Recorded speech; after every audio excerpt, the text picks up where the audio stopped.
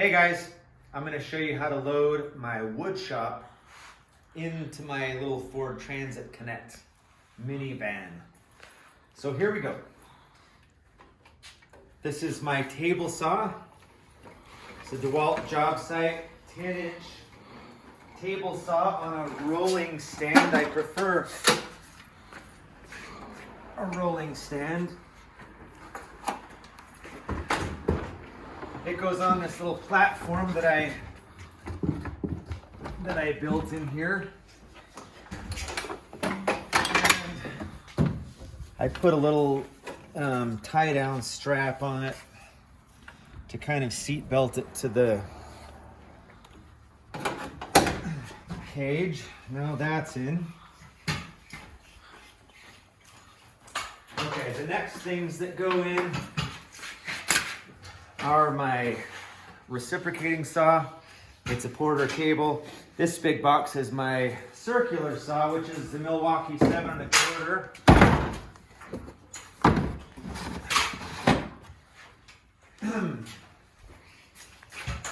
I've got two 50-foot hoses that I don't have to use very often now because I have a cordless, or an airless rather, finish nailer, the Milwaukee 2nd generation 18 gauge. So other than hanging doors, I don't have to use a nail gun. This is a DeWalt 780, also on a rolling stand, and it goes just inside. I have this stepper from Costco. They're like $20. And these roller stands, I use those as outriggers for the chop saw mainly. So they go up here next to the cage, and then I have this LED light that comes in handy in the winter when it gets dark early, or in basements when you're in a house with no light. I do mainly new construction, and so when I'm in there doing finish, you only have the natural light of day. Here are my levels. I've got a 4-foot, a 6-foot, a 2-foot that's actually digital. And then I've got my 16 by 24 framer square. This is my job site compressor, the DeWalt M-Glow. Once again, I really only have to use it when I'm installing doors, because then I'll use my 16 gauge nailer. Inside of here is my Milwaukee multi-tool.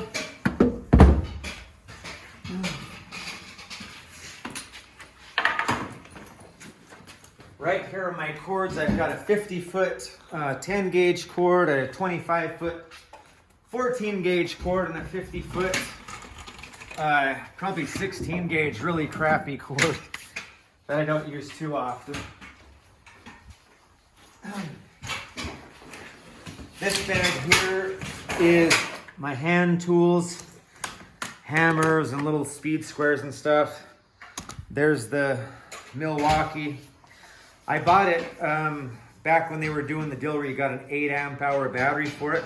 I can actually work for 7 days no problem without having to charge that 8-amp-hour battery on that nailer. They're incredibly efficient with their power.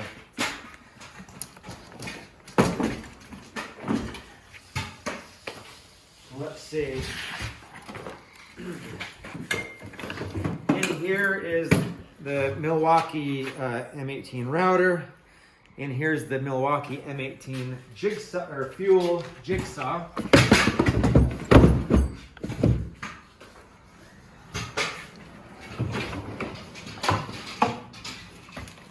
These two things things here are the outrigger tables that I use on my miter saw. I can put my router here, and I usually put my glue gun here or my sander. Anyway, so they end up going on there like that. Recently bought this Bucket Boss tool vest, and I can keep my pry bar, my little torpedo level, my diagonal cutter pliers, pencils, everything in there. I quite like wearing that as opposed to a tool belt. In here, my Milwaukee cordless drill and driver.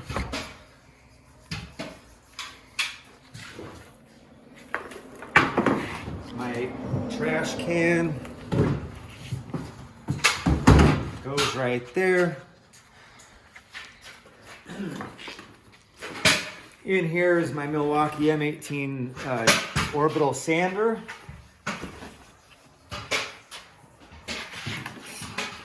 This here, as you can see, is the little, it's like a 1.6 gallon vacuum and blower. And I put it up on top of the table saw for transport. Once I have that in there, I know that I can close that up. Don't really need the RAM set right now.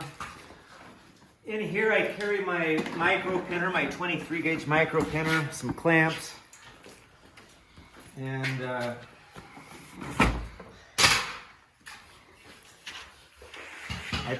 I use my knee pads to act as little bumpers on my step ladder so it doesn't sit and rattle against that metal cage. And then I was fortunate that I bought one of these respirator masks right before the COVID pandemic, and so I've had it. Super happy to have it. Not for COVID, but because we work with MDF so often. So I just put that up front with me because I don't want it to, it's fragile and I don't want it to get all gross. Last thing that goes in are the brooms. I have a push broom as well as a little kitchen broom. And there is the whole wood shop inside a Ford Transit Connect. So there you go.